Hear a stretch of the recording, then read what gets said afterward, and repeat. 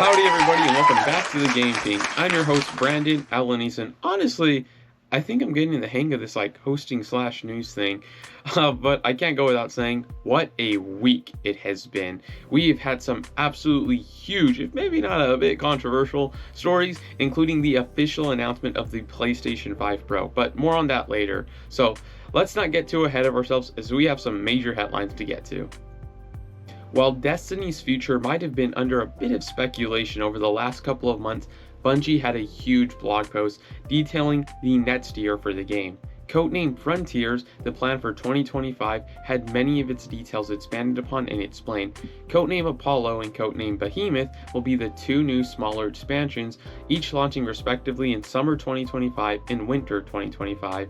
Tyson Green, game director for Destiny 2, said the new medium-sized expansions will allow them to free themselves up and focus on trying new things, such as more non-linear campaigns.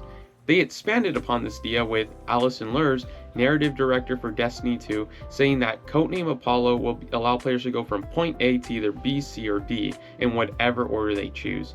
I'm not sure how this will play out, but I do appreciate the new approach Bungie is trying.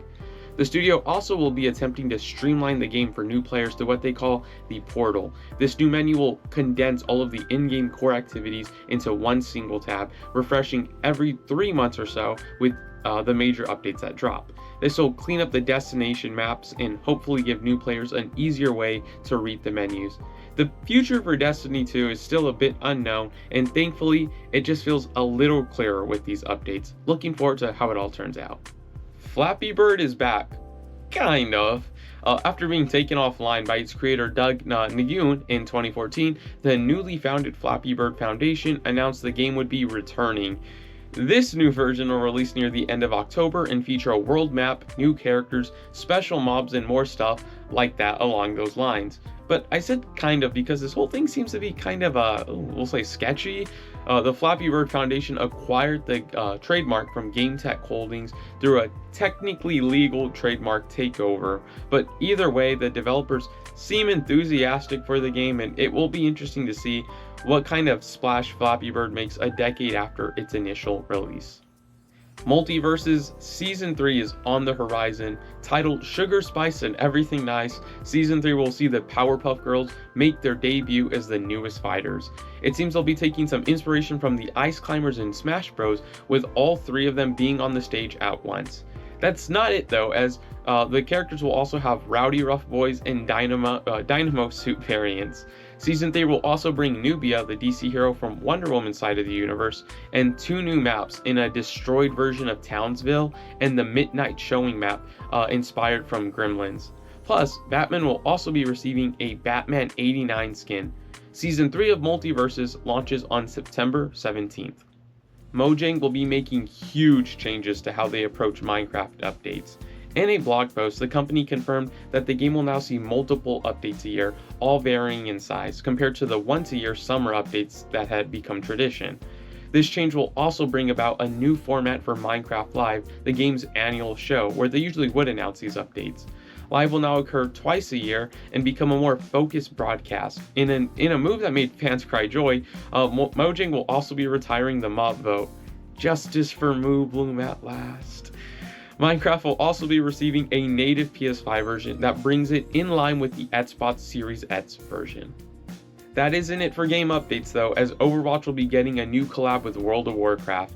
This crossover will see 4 of the game's iconic heroes get skins inspired by some of WoW's most iconic characters. These are Widowmaker as Sylvanas, Reinhardt as the Lich King, Zenyatta as Thrall, and Torbjorn as Diamond Magni. The skins look pretty good and will be making their way into the shop on September 17th.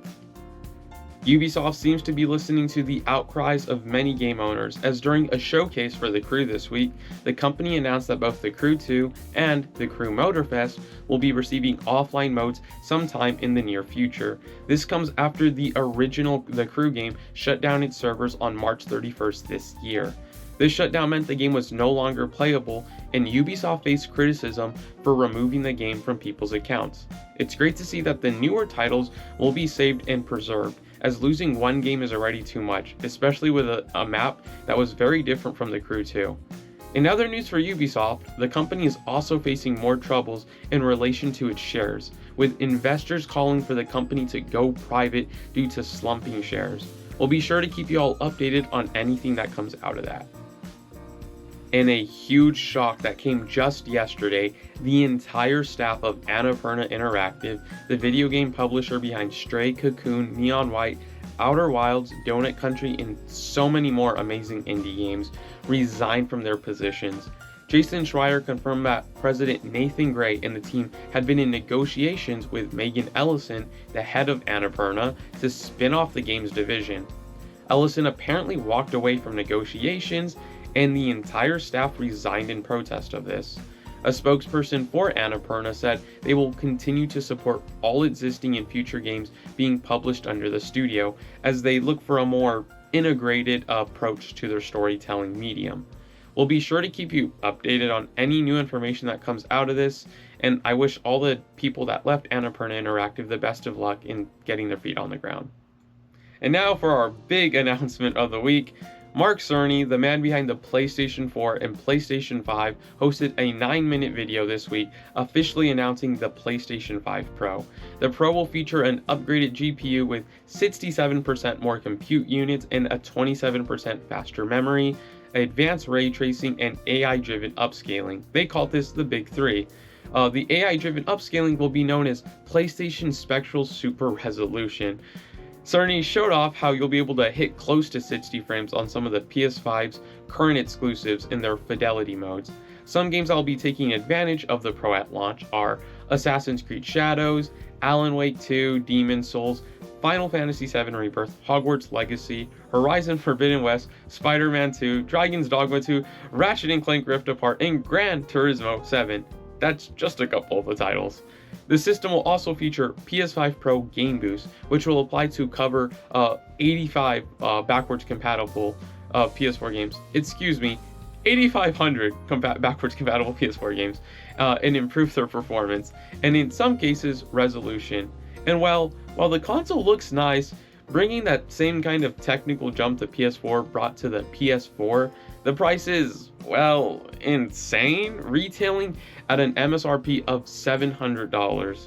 This does not include the vertical stand and disk drive, which retails for another $80, meaning if you want to stand this thing up with a disk drive, you're looking at spending well over $800, and that's just in the US. Plus, it doesn't help when two of the games showcased during this video are PlayStation 4 games, with The Last of Us Part 2 and Ghost of Tsushima. For comparison to last gen, the PS4 launched at $400. When the PS4 Pro came out, it launched at $400 also, with the original model being cut to $300.